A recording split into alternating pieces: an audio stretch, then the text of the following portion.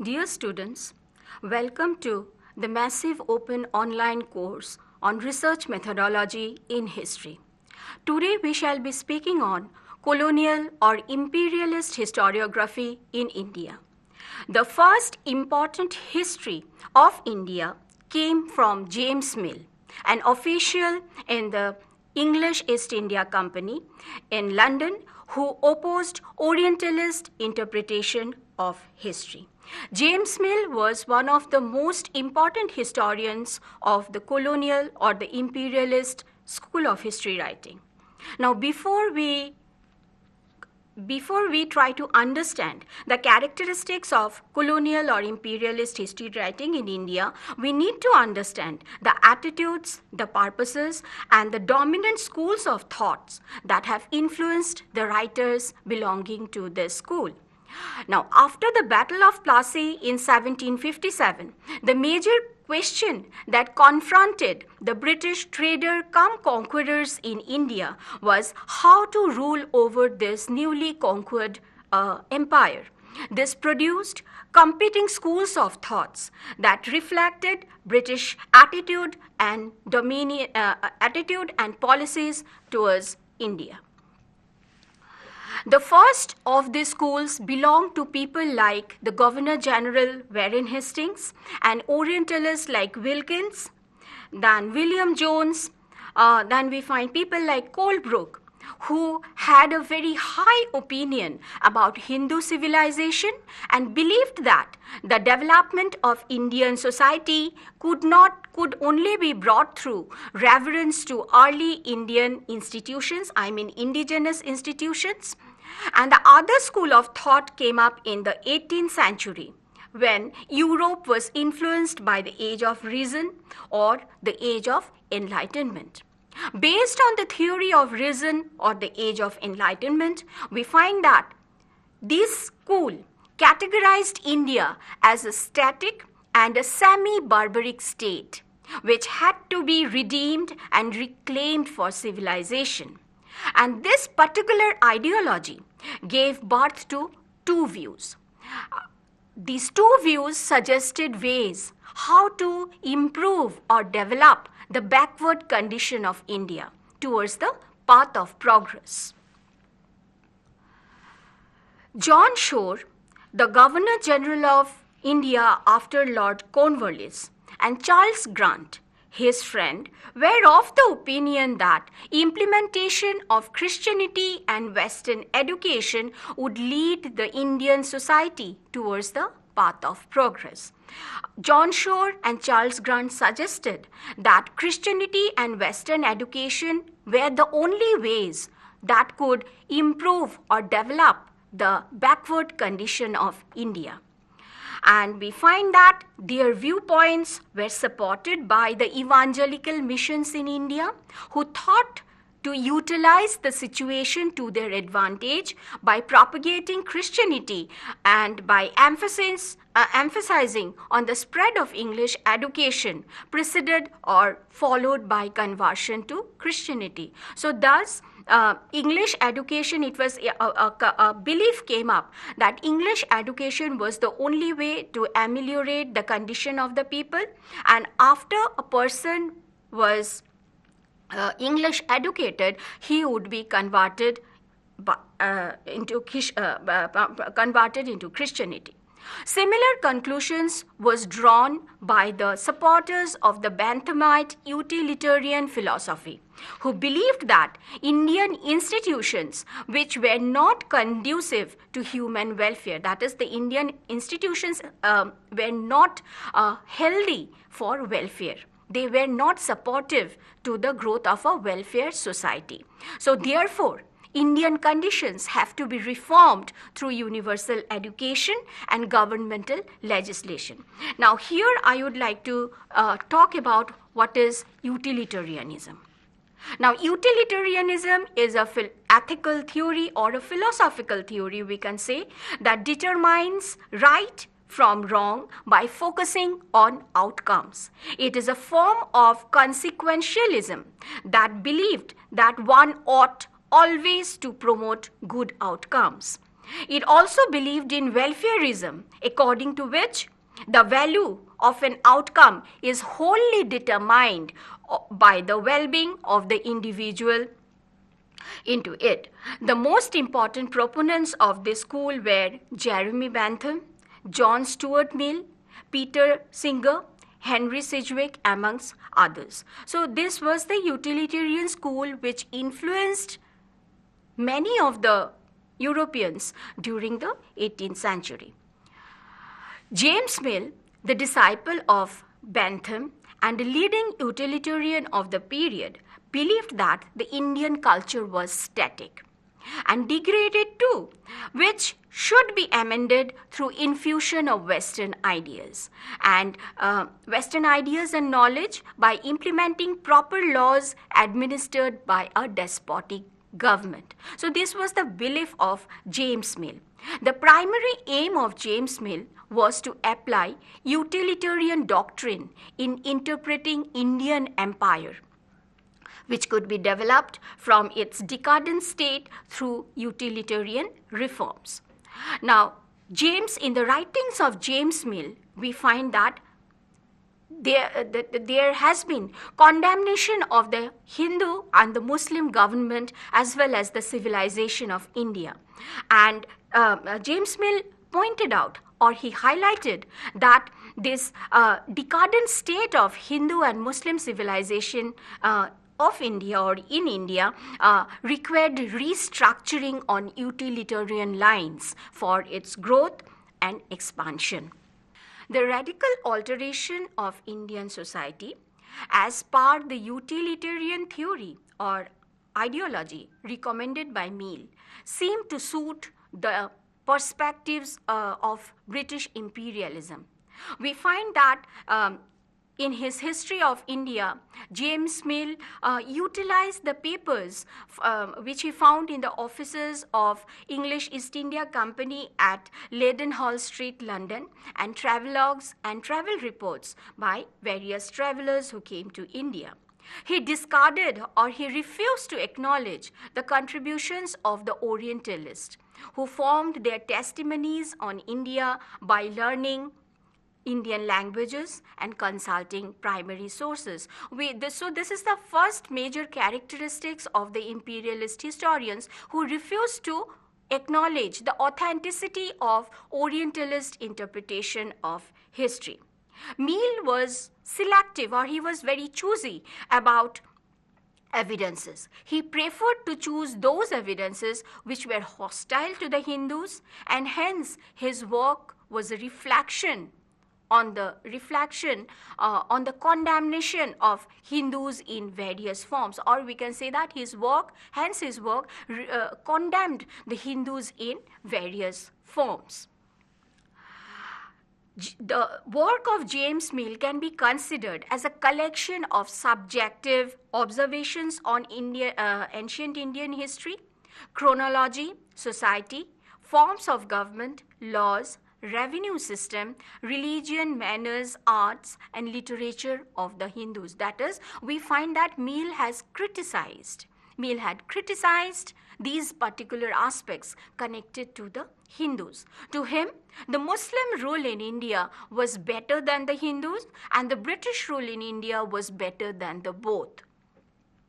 So thus, we find that Mill's writings on India reflected severe criticisms of the Hindu society.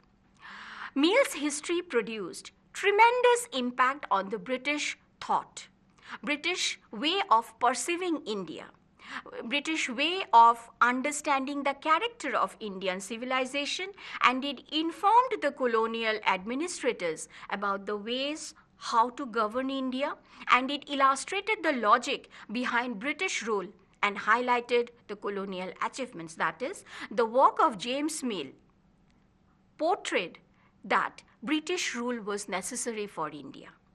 British rule was essential to improve and develop the backward condition of India. So this was the logic we find that he has put in his writings. Mill's work was in course of time, became the textbook of companies' civil servant recruits trained in Haileybury College from 1805 to 1855. Following the footsteps of James Mill, we find that people like Henry Eliot and Dawson came up.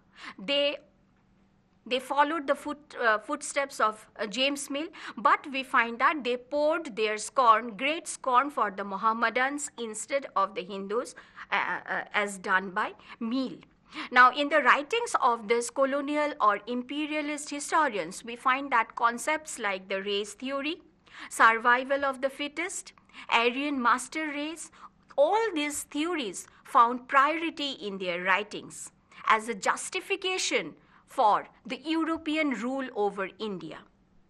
These theories played an important role in justifying that how the non-Europeans were militarily incapable and backward compared to the Europeans. And in terms of progress also, they were not comparable to the Europeans. So we find that these theories actually played an important role in coming up with some kind of legitimization about British rule in India.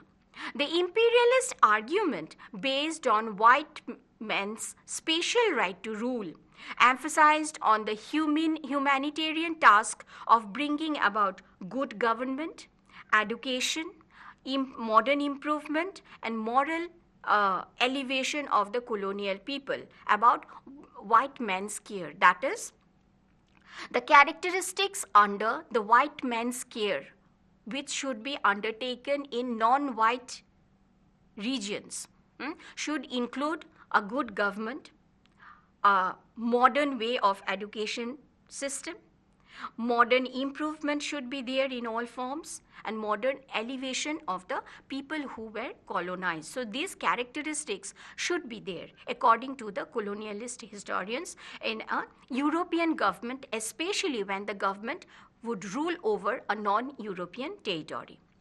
According to the imperialist or colonial historians, we find that the benevolent or the civilizing missions of the whites in the tropics was required. That was essential because the non-whites were incapable of taking the task of leadership and ruling upon themselves. So thus, you see that in the writings of James Mill, as well as the writings of Henry Eliot and Dawson, we find a severe criticism against the Indians. But the viewpoints of all the colonialist historians were not similar. The viewpoints of all the Europeans were also not similar to Mill. We find that Mill's history writing found its greatest criticism in H.H. Wilson. According to H.H. Wilson, referring to the superiority of the Muslims in comparison to the Hindus by Mill has been done with total disregard of time and circumstances. Wilson pointed out that Mill's history had destroyed all forms of sympathy between the ruler and the ruled, monopolized all posts of honor and power in India, and produced an unfounded aversion for the Indians among the British. So these were the criticisms which we find that even Mill had to actually face them from Europeans. It was not that all the Europeans thought in the same fashion. Another historian, a significant historian belonging to this school was Mount Stuart Elphinston. Mount Stuart Elphinston was a critic of Mill, and to him, Mill was not candid enough in dealing with the Hindus and the Muslims in Indian society. So we find that even Mount Stuart Elphinston had criticized Mill. The feeling to counter the views of Mill motivated Elphinston to write his History of Hindu and Muhammadan India. that became very popular among the Indian civil service cadets at the Haileybury College soon after its publication in 1841. Elphinstone, imbibed with romanticist spirit, held that human nature differed from region to region, from period to period, and from people to people in different dimensions. And we find that Elphinstone consulted the works of William Jones as well as H. Wilson. And guided by the works of William Jones and H. Wilson, we find that he dismissed the traditional Hindu concept of 4 yugas. So, Elphinstone, in his writing, he dismissed or he discarded the Hindu concept of 4 yugas, and he started history from the composition of the Rig Veda, which he assigned to the 14th century BC. Thus, we find that Elphinstone attempted to frame the later chronology with the help of dynastic lists given to the Puranas. And as I told you earlier also that he consulted the works of Orientalists, and he was acquainted with the works of William Jones, he was acquainted with the works of James Princep also. So being acquainted with James Princep's decipherment of Ashokan inscription, Elphinstone could fix Chandragupta Maurya's accession to the end of the 4th century BC. By counting backward and forward from this one fixed point, he confirmed the dates of royal dynasties mentioned in the Puranas. So thus, a chronological framework of ancient Indian history was given by Elphinstone, which was generally, this chronology was generally accepted by historians, other historians also. But we find that some occasional modifications were also made when new archaeological discoveries of coins and inscriptions came up. Elphinstone highlighted the cultural achievements of the Hindus by focusing on their administrative systems, society, religion, literature, philosophy, art, science, manners, customs, and commerce. So we find that in his writings, Elphinstone talked about the cultural achievements of the Hindus. And we find that he mentioned the differences between the Hindu cultures in North and South India. To him, Aryan culture had penetrated in South India comparatively much late than North India. The colonial historians influenced by Elphinstone were James Grant Duff, William Erskine, and James Todd, who made significant contributions on the history of the Marathas, translation of Baburnama, and on the annals and antiquities of Rajasthan. So these were some of the major works produced under the colonial school of history writing, and Elphinstone played a very important role in motivating these historians to write on India. Thus, we find that within the entire genre of colonial or imperialist history writing, we find that the viewpoints of the writers were different. There were internal distinctions amongst the writings, I would say. Another category of historian belonging to this school were British imperialist and administrator historians. That is, here we shall speak about those historians who were administrators.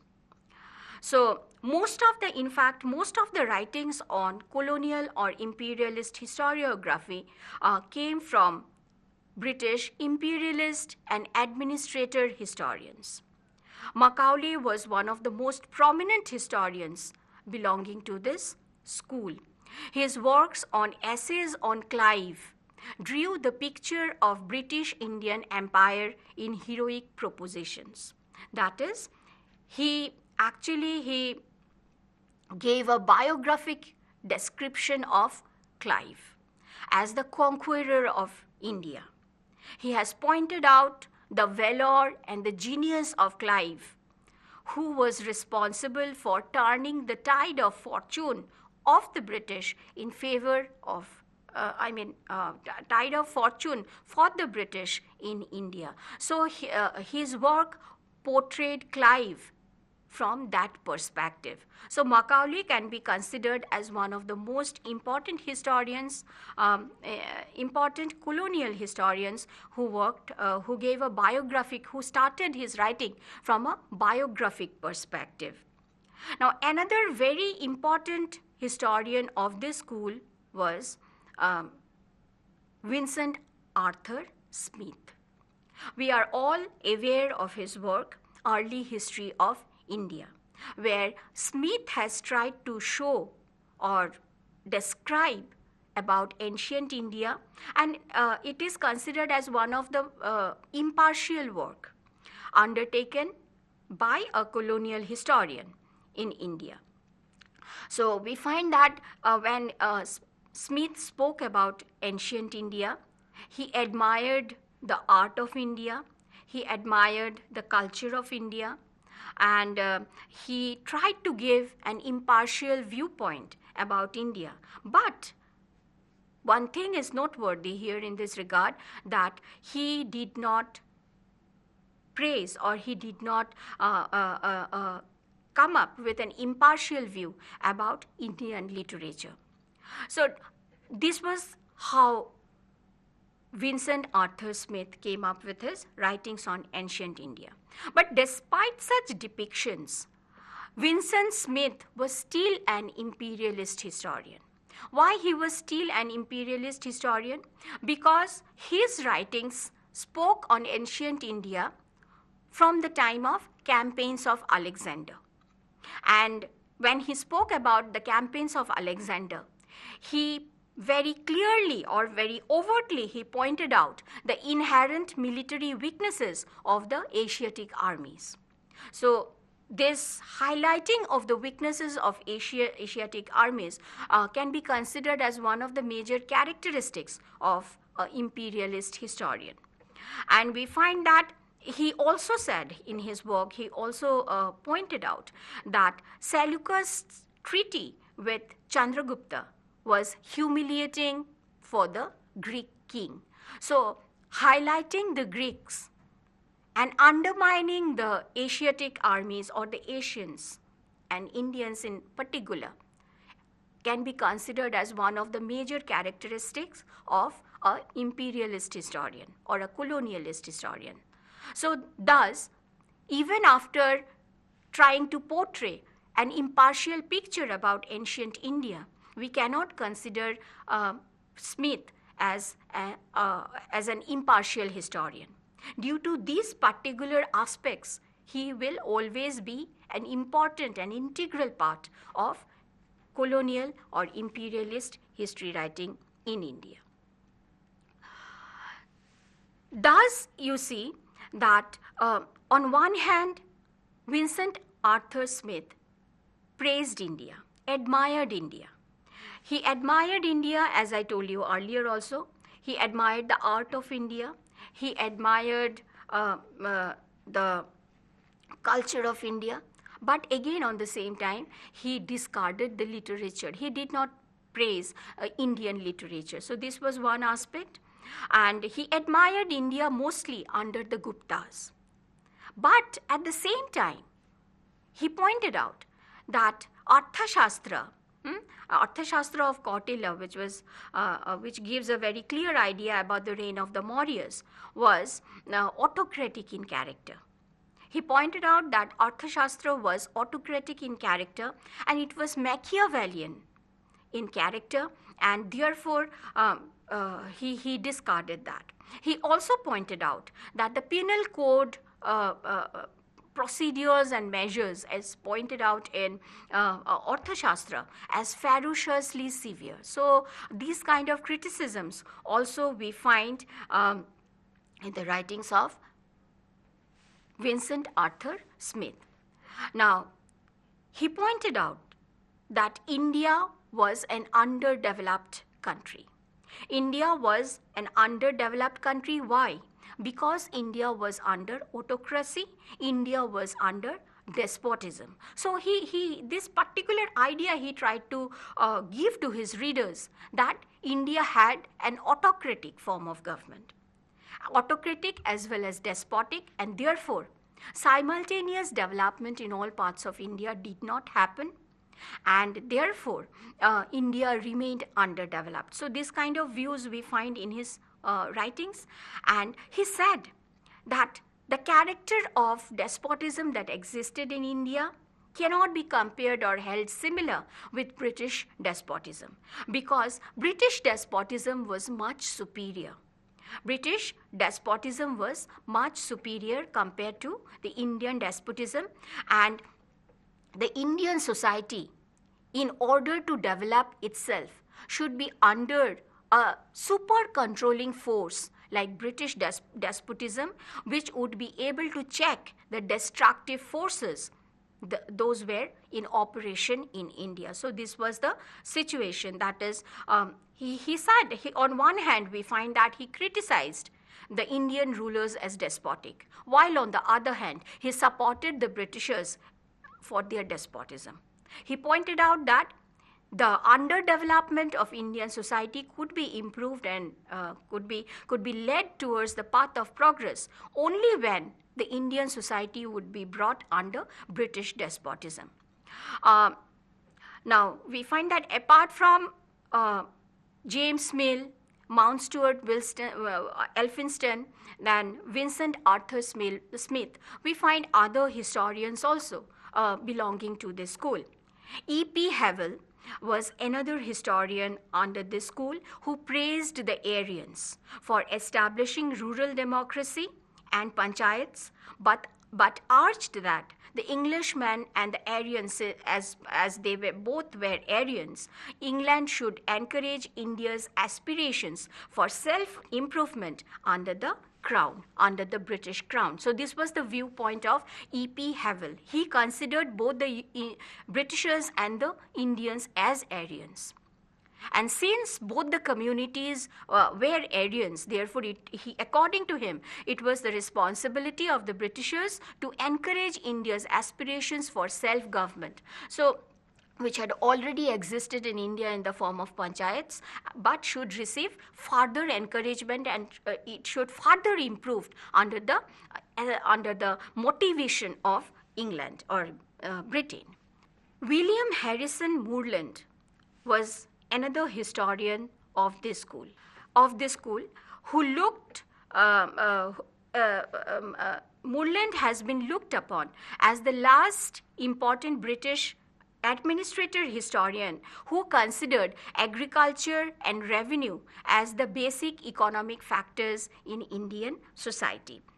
Now, Moreland did not see any discontinuity in revenue system in traditional and British India, because he held that the revenue system in India was adopted continually first by the Muslim rulers and then by the British.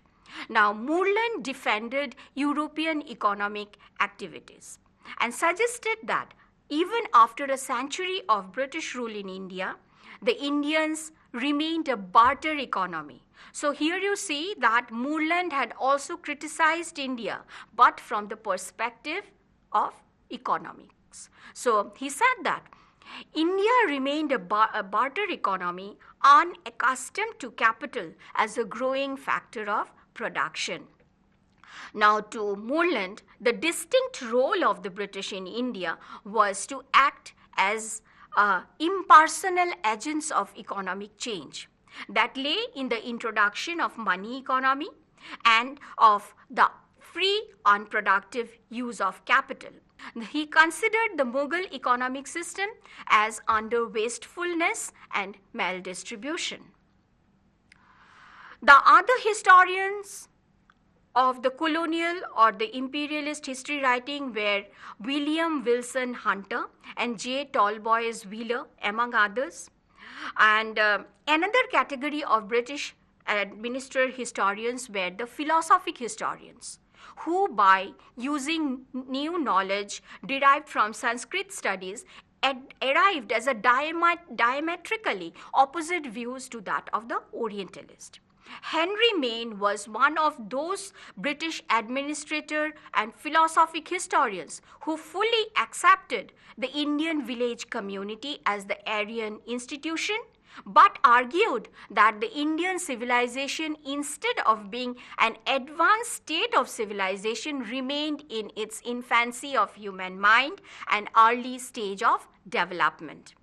Alfred Loyal was another historian of this school who believed that it was the absence of any permanent organization such as nationalists, aristocracies, and long-seated dynasties that ensured rapid conquest of India by the British.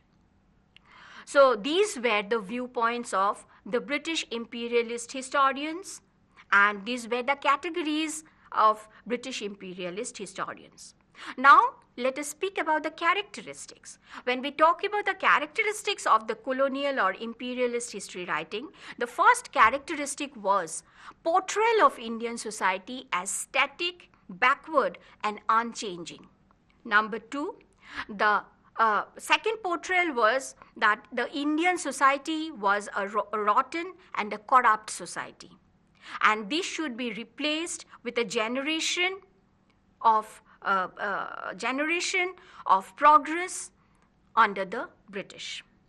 Number three, the colonial studies or history writing in India sought justification in the continuation of British rule in India. They highlighted the debt of the East to Europe and spoke about the political elements and benevolence of the British rule in our country. The writings mostly emphasized on British activities and colonial conquests over the East, with meager importance granted to Indian life and culture, economic and social activities. Every kind of discrimination was shown or have been shown in denying self-government to India, and justifications were sought for the continuation of British rule in India. Thus, we can say that the colonialist historiography or colonial historiography in India reflected two major aspects.